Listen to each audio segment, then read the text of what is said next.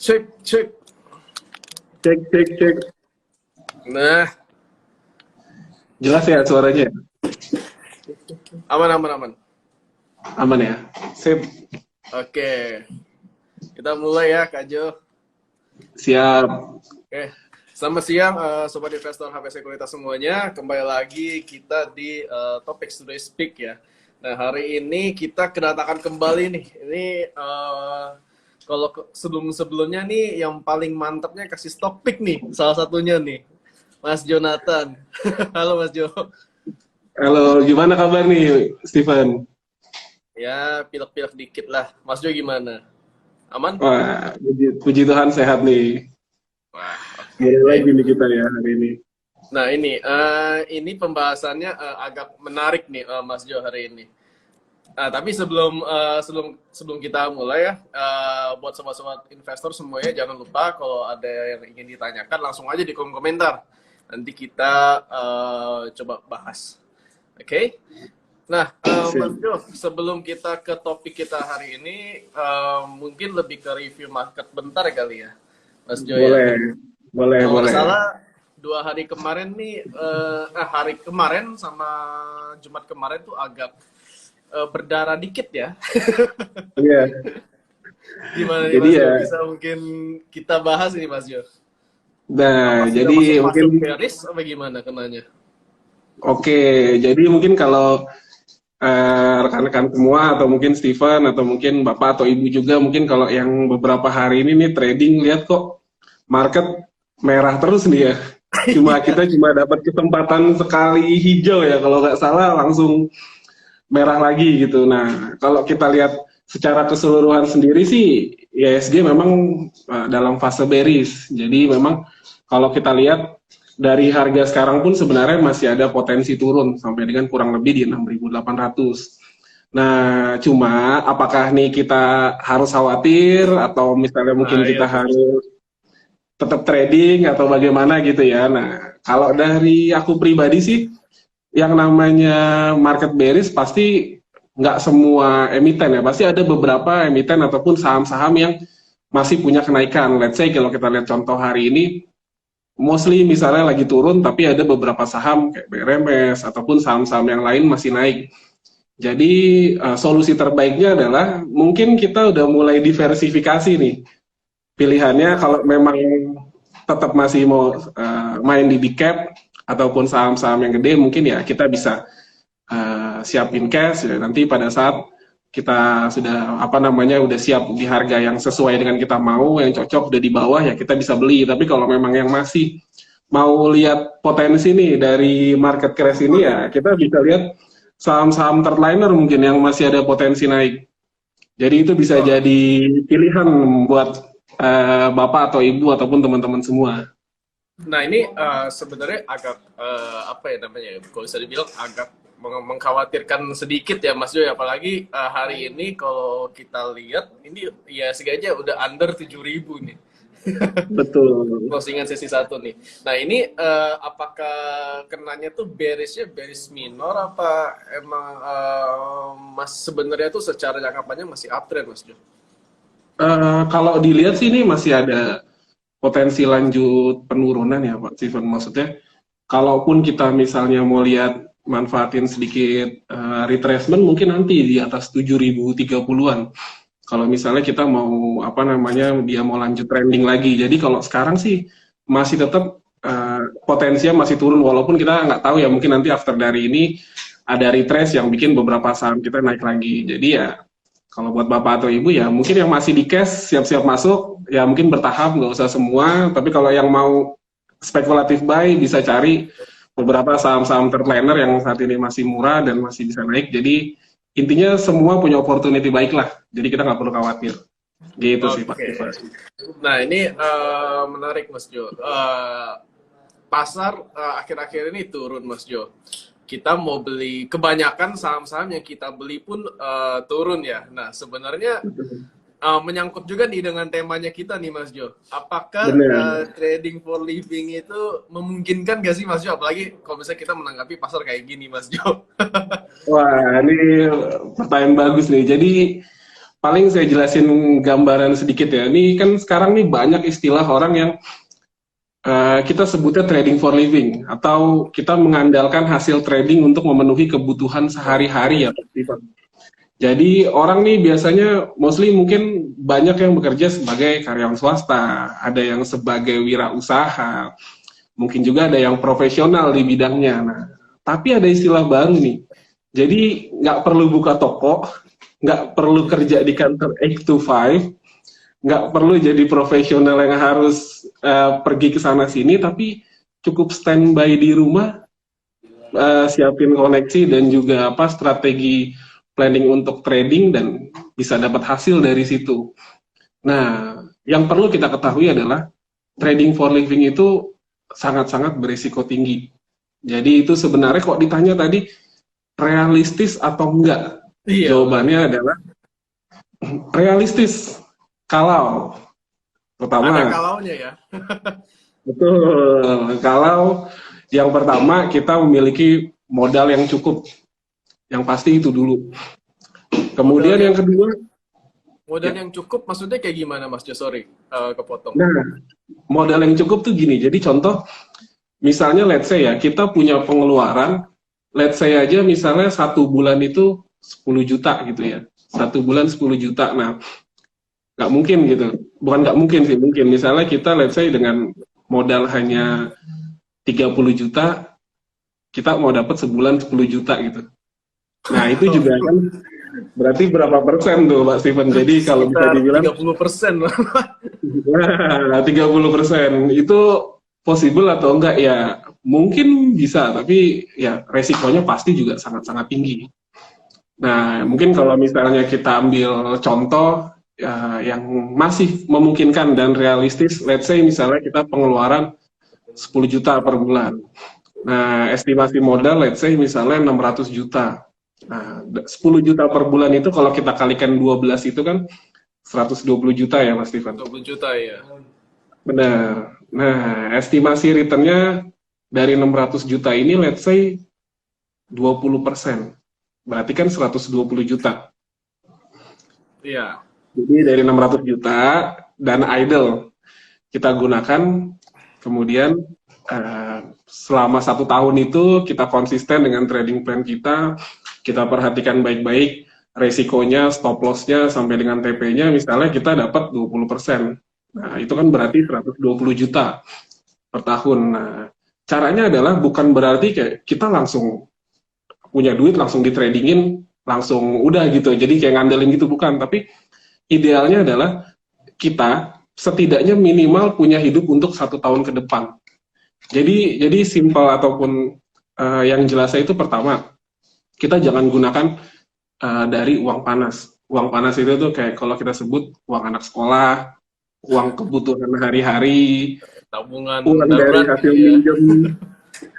Iya, banyak juga nih kan sekarang orang mau trading, tapi duitnya dari pinjaman online gitu ya, atau mungkin dari pinjaman sana sini. Bahaya sih. Itu harus kita hindari. Yang pertama itu dulu. Yang kedua, pasang target yang realistis. Yang tadi saya bilang, kita agak berat kalau kita punya uang 10 juta, kita mau dapat 20% per bulan. Berarti kan setahun 240%. Nah, itu tuh hampir nggak make sense. Nah, Setahun hindari 40%. Itu jago banget sih, Mas Jo. Makanya itu harus benar-benar dihindari tuh Mas Steven. Jadi kayak kalau orang bilang kita mau pasang target mau dapat sesuatu gitu kan, itu yang besar, tapi targetnya nggak realistis. Sebulan itu sebulan mau menghasilkan 20% dengan modal tadi. Nah, kemudian juga yang pastikan kebutuhan di rumah tuh udah kepenuhi dulu sebenarnya Pak Steven. Jadi contoh gini, let's say kita mau prepare buat hidup tahun depan gitu ya dari trading. Nah, pastiin dalam jangka waktu 1 tahun itu, Pak Steven tuh udah siapin dana yang nantinya misalnya buat anak sekolah, biaya hidup, kalau misalnya punya cicilan, ataupun kalau misalnya ada keperluan-keperluan lain yang Pak Steven harus keluarkan ataupun gunakan di 1 tahun tersebut. Nah, dana-dana itu tuh harus ready dulu tuh Pak Steven, selama 1 tahun. Harus Oke, ready after 1 tahun. Nah, 1 tahun ke depan baru kita pakai dari hasil trading yang tadi kita siapkan. Let's say tadi contohnya kan dengan modal 600 juta, estimasi kita pengeluaran sebulan 10 juta, berarti kan kita harus paling nggak punya profit 1 tahun itu 20%. paling tidak ya. Paling tidak. Nah, paling tidak 20% itu menghasilkan 120 juta. Nah, 120 juta yang sudah kita dapat di tahun ini, Pak Steven gunakan untuk hidup di tahun depan, Pak. Hmm. Kayak gitu. Nah ini Jadi, menarik nih Mas Jo. Berarti sebenarnya trading for living itu memungkinkan kalau ada modalnya dan modalnya itu pun juga diikuti dengan budgeting ya, kehidupan sehari-hari. betul, betul. Jadi nggak bisa kayak kita misalnya mau apa namanya trading nih, kita misalnya mau trading for living. Nah, tapi kita nggak budgeting. Let's say misalnya 1 tahun ini ternyata ada pengeluaran sehari-hari yang kita biasa spending, tapi ternyata duitnya kita pakai buat trading. Apalagi tadi kan statementnya market sekarang kan misalnya lagi kondisi bearish. Let's say di saat market bearish, uang yang tadinya harus kita pakai buat bayar anak sekolah, buat bayar tagihan, atau mungkin yang buat bayar keperluan rumah. Nah itu kan Makan jadi ya. akhirnya nggak ini ya, nggak apa sih namanya, akhirnya jadi nggak bijak, malah jadi anak jadi nggak lanjut sekolah, akhirnya jadi apa namanya kebutuhan hari-hari juga jadi nggak terpenuhi. Nah itu kita harus hindari banget tuh Pak Steven. Jadi jangan pakai uang panas lah, ataupun uang-uang yang memang untuk kebutuhan sehari-hari Pak Steven. Baik. Nah, berarti kalau kita rangkum sedikit ya, yang pertama trading for living itu memungkinkan kalau yang pertama tuh ada modalnya dan modalnya pun juga bukan modal panas ya. Iya, benar. Kedua, berarti mesti budgeting juga untuk kehidupan kita sehari-hari selama setahun ke depan gitu ya. Betul. Jadi Oke. selama setahun ke depan setidaknya ada prepare nih Pak Steven. Nah, kalau itu kan tadi dari sisi manajemennya ya, maksudnya pengaturan modalnya kita gitu. Nah, tadi kalau misalnya tadi sempat disebutkan, berarti kita mesti ada return minimal kurang lebih lah 20% ya Mas Jo. Nah, ini berarti pemilihan Minimal. sahamnya pun juga mempengaruhi berarti Mas Jo ya?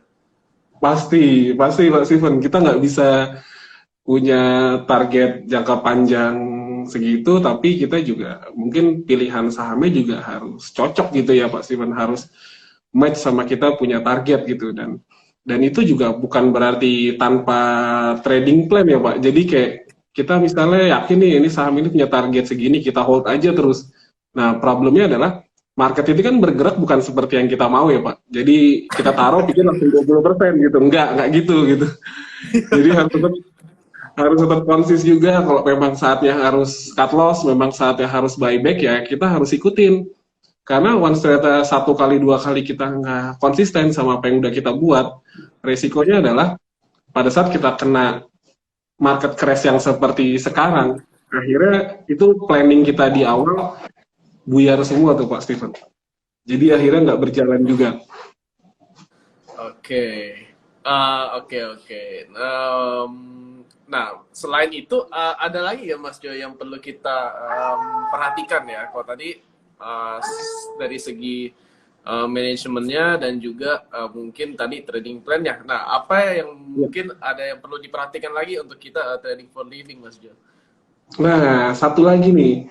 Ini yang sering terjadi nih pada saat kita udah punya trading plan, pada saat kita udah punya plan buat instrumen investasi yang nantinya kita pilih, kita sering ke distract nih, atau kalau bahasanya kita sering keganggu sama kanan kiri. Let's say kita ambil contoh, misalnya kita beli salah satu saham nih. Kita udah yakin nih, kita udah punya planning bahwa kita batasi resiko kita sekian persen di saham tersebut. Nah, pada saat kita udah mau menjalankan itu, misalnya kanan kiri bilang, oke, ini enggak nih, ini menurut si ini masih bisa sampai sekian. Oke. nggak usah pasang. Kita biarin dia apa namanya, kalau orang bilang bahasa ini kita biarin dia naik terus atau kita biarin turun, nanti Let pasti it naik run lagi. ya. Iya, ternyata bukan let it run, tapi go down.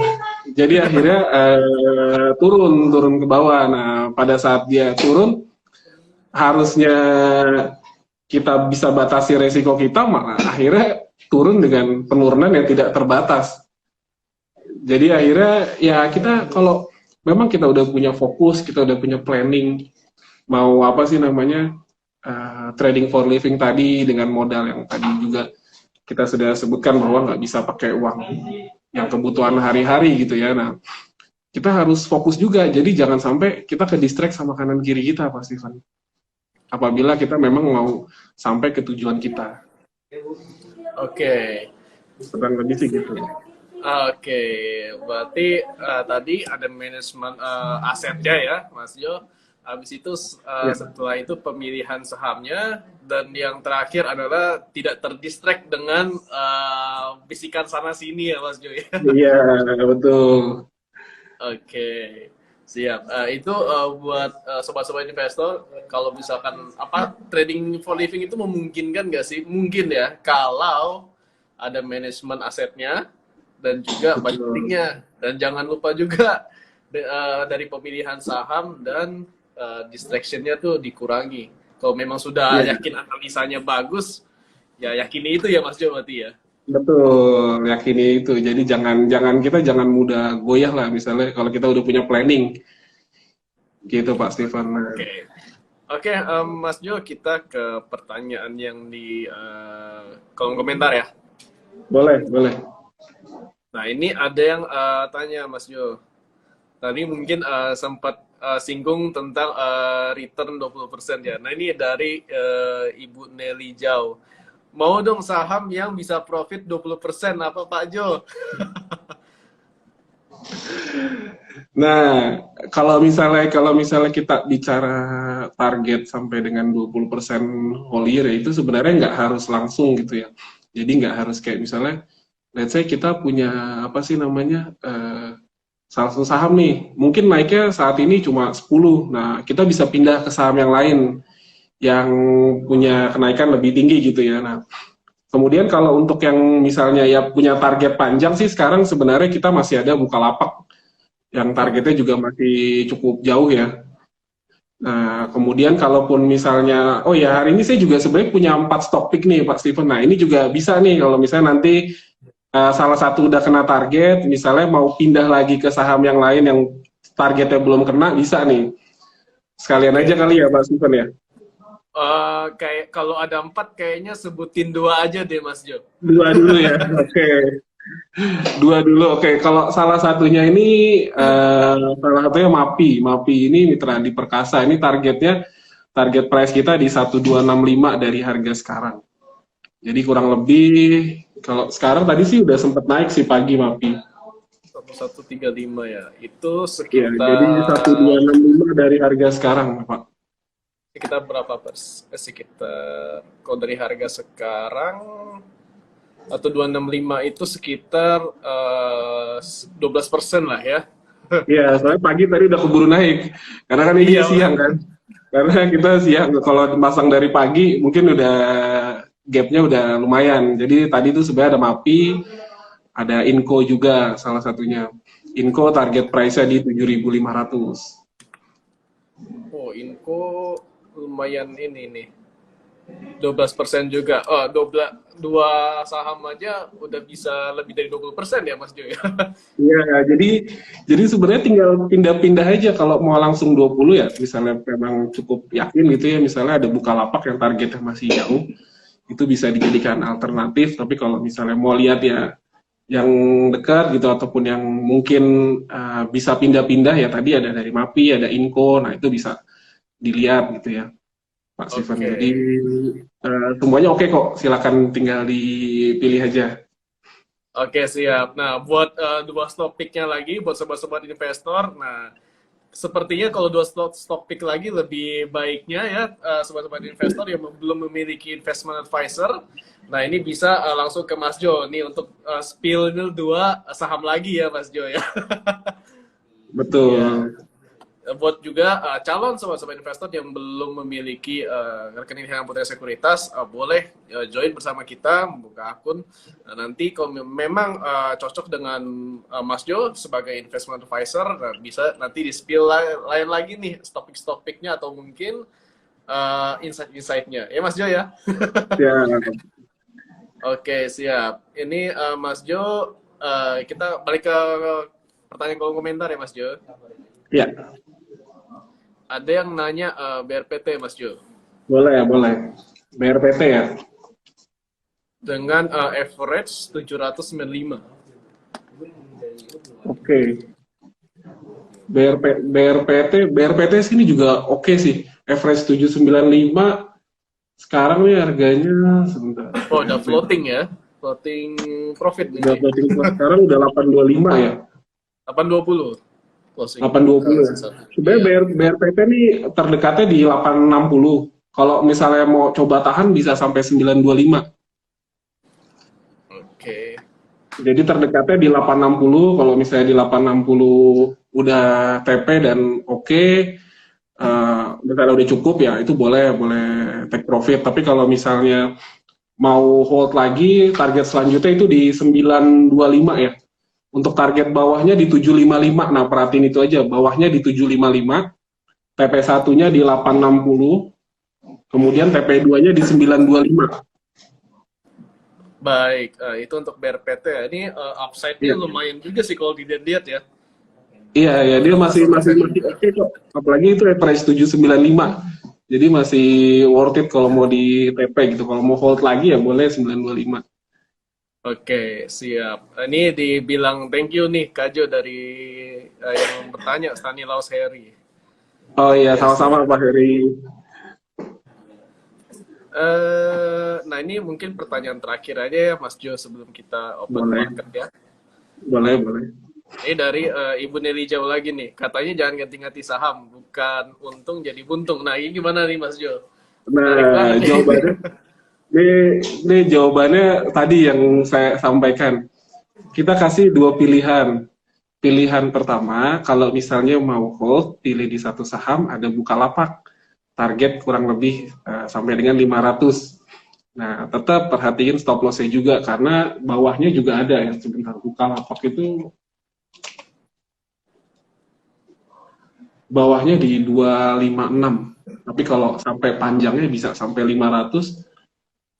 Bisa di 314 juga masih bisa TP1-nya. Nah, maksudnya kalau memang mau pilih satu boleh ya, ada pilihannya Bukalapak. Tapi kalau memang tadi mau ya udah deh oke, misalnya coba main dua ataupun mau ganti-gantian, ya aku juga ada beberapa pilihan. Karena kan kita perlu diversifikasi portfolio.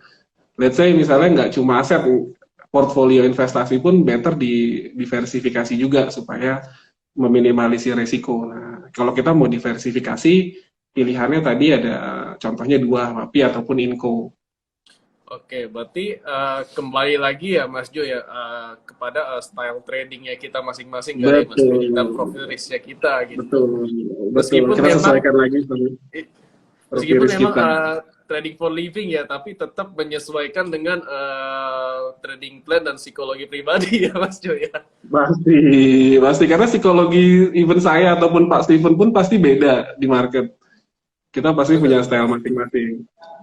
Oke, siap Mas Jo. Ini kita sudahi deh. Masih ada mungkin satu lagi deh, nggak apa-apa deh Mas Jo. Boleh. Kevin, Mas Jo. Kevin ya? Kevin, Cleveland Finance ya? Cleveland Finance ya. Dia nanya midterm-nya Mas Jo. Oke, Kevin ini sebenarnya udah bisa masuk beli. Dia oke juga nih, TP1-nya di 332. Kalau misalnya sekarang mau masuk sih sebenarnya pas ini, maksudnya udah bisa masuk dengan target terdekatnya di 332. Target bawahnya itu di 272. Kevin. 272 ya. bawahnya, atasnya di 332. Ini kalau dari harga sekarang Kevin sekarang 306, 308 ya sekarang ya, 306 ya. 306 sekarang ya. 306. Nah, kalau mau cut loss-nya mungkin bisa jaga-jaga di bawah 300 sudah boleh. Jagain karena bawahnya di 272 tadi. Oke. Siap. Di thank you juga tuh Mas Jo dari Pak Seci ya. Sama-sama, Pak. Siap. Oke, thank you Mas Jo. Insight-nya hari Thank ini you nih juga, Pak mantap Steven. banget nih buat kita semua. Trading for living memungkinkan ya sih mungkin, tapi ada tapinya ya. Betul. Buat sobat-sobat investor semuanya. Jadi tetap diperhatikan ya modal yang dimiliki dan juga profit risk-nya. Jangan lupa diperhatikan juga nih investment advisor-nya. Jadi kalau buat sobat-sobat investor yang masih bingung nih gimana sih praktekin trading for living-nya, atau mungkin apa sih saham-sahamnya nih yang bisa generate trading for living, nanti bisa kita sambungkan ke Mas Jo ya. Ya, Pak Steven. Oke, thank you semuanya yang sudah menonton. Thank you juga sekali lagi Mas Jo atas Sama-sama, insight-nya. Pak Steven. Terima kasih juga atas waktunya. Nah, kita tutup ya, di pasar juga sudah buka. Terima kasih semuanya. Jangan lupa pantengin juga sosial media kita untuk acara-acara lainnya. Siap. Thank you, Pak Steven. Sampai ketemu lagi. Thank you, happy trading dan cuan selalu semuanya ya.